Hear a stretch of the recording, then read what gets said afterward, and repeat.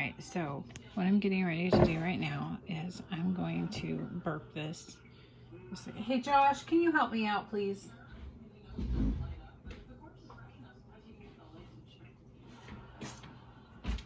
I can't do this and I can't hold this and like do what I need to do at the same time. Can you video what I'm doing? More what I'm doing than me myself. Okay, so this one is these have been going for 2 days. This is the second ferment.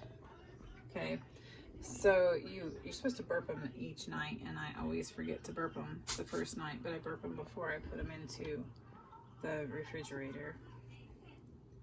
I can tell from that my grains must be getting weak, because the fact that I could totally open that up without it spewing all over the place says my grains are probably getting kind of weak. So this one is the grape that I make, and this one is lemon ginger. The way I do lemon ginger is I fresh squeeze 2 lemons and using a juicer thing, one of those handheld juicers that you twist, and put the juice from the 2 lemons in with my water kefir, and then I grate in some fresh ginger as well, and that's what goes in here. And then this is just some grape juice. You'll see that in a bit. So these go in the refrigerator after the 2nd or 3rd day. You don't have to follow me to the refrigerator. It's a requirement.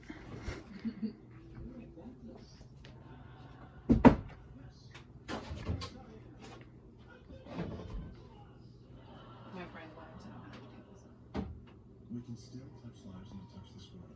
And now each time you make contact with us using your MasterCard, grocery stores, MasterCard will donate to Stand Up to Cancer. One cent at a time, up to $4 million. Together, we can start something. Okay, so these are the grains. This is the first ferment. And you can see the grains down in the bottom. You can see little bubbles coming up from where they've been eating the sugar. Can't see any bubbles. There's tiny little Like ones at all. sometimes when you, Oh yeah. yeah.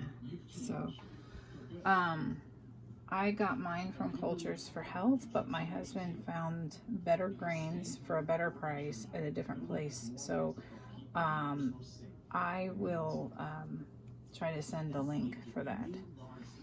So, you normally, I don't know why I said I would like you to. Normally, you should use a mesh strainer that is acrylic, not metal. I have not got around to buying a new one. We used to have one when I made kefir before, and it got thrown out in the move. So I keep using this metal one, but really I need to not be doing that. So this is what I'm doing for my second ferment. Because the kefir has been fermented 1 time with the grains. You strain the grains out, and then I add about 1/2 cup of juice. I gotta get another juice bottle. Kefir grains. Fresh grape juice bottle. The thing that I like, a lot of times I end up putting more than 1/2 cup in of the grape juice because of where it comes up on the bottle. Yeah, I think I'm gonna put in about 3/4 of a cup today. Looks like, yeah.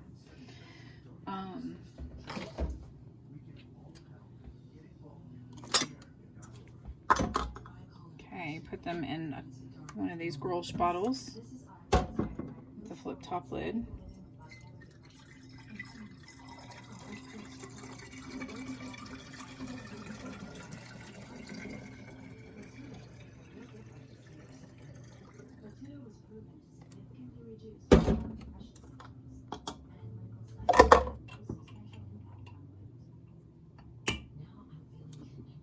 Flip the top down, and then just go put it on a shelf to do the second ferment for 2 to 3 days. So for the first ferment, you're going to get sugar, organic sugar. not brown sugar, not stuff with a lot of molasses in it. Just white sugar. I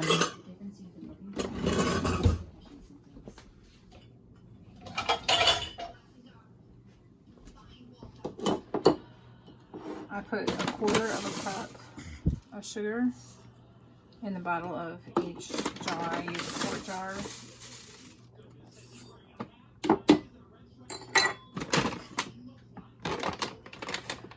This is what's called the first ferment. So this, what we're preparing right now, you would let set for 2 days before you then do what I just did, transferring it into the Grolsch bottles with juice for a second ferment. The second ferment is what makes it fizzy.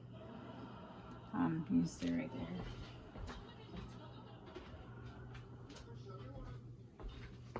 I'm getting some hot water so that the sugar will dissolve, but I'm only putting in about 1/2 cup of it hot. You don't want to use tap water, so this water is from our Berkey. You have to use either distilled water, or what I used to do, because I didn't want to buy distilled water, is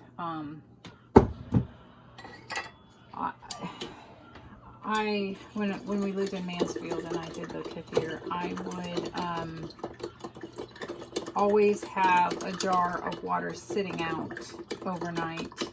So, because if you set it out for, I think it's 12 or 24 hours, the chlorine evaporates out of it. So that's really the big thing, is that you want the chlorine out of it. I did try to make some kefir in Mansfield from spring water from the spring at Malabar Farm. I don't know, I never actually had luck with my kefir in Mansfield, so I don't know if maybe that spring water was the problem. I never really got it to go fizzy. And now I get it to go fizzy all the time. You do want to feed your grains some minerals occasionally. I'm going to do that this time because the one bottle seemed weak. I do it maybe once a week, once every other week, where I just dip this stick into some molasses, and that will give them a little bit of extra nutrients. But you don't want to do that real often. It can overwhelm them. So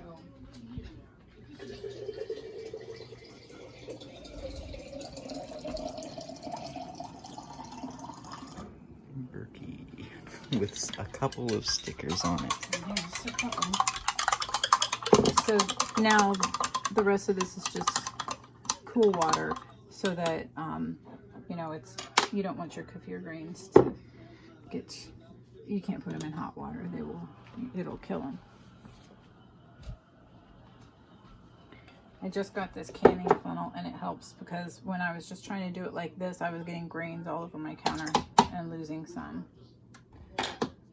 So, and there's still some left in this jar. I'll swirl that around and get them all in there. And I didn't get this towel. Okay. And then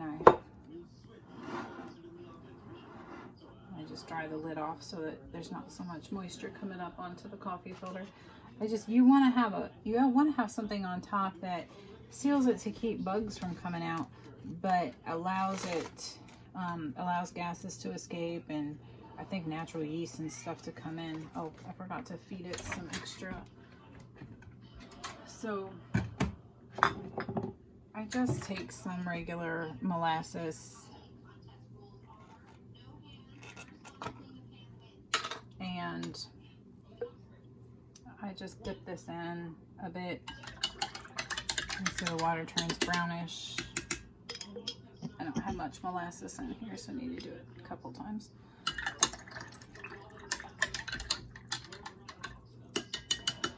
So there again, you don't want to do that every time. It'll be too much. But so I just put a coffee filter over, and I reuse these coffee filters until they just get a little too nasty on the top. And you're just gonna put it over on a shelf I think you're supposed to keep them in the dark, and mine are,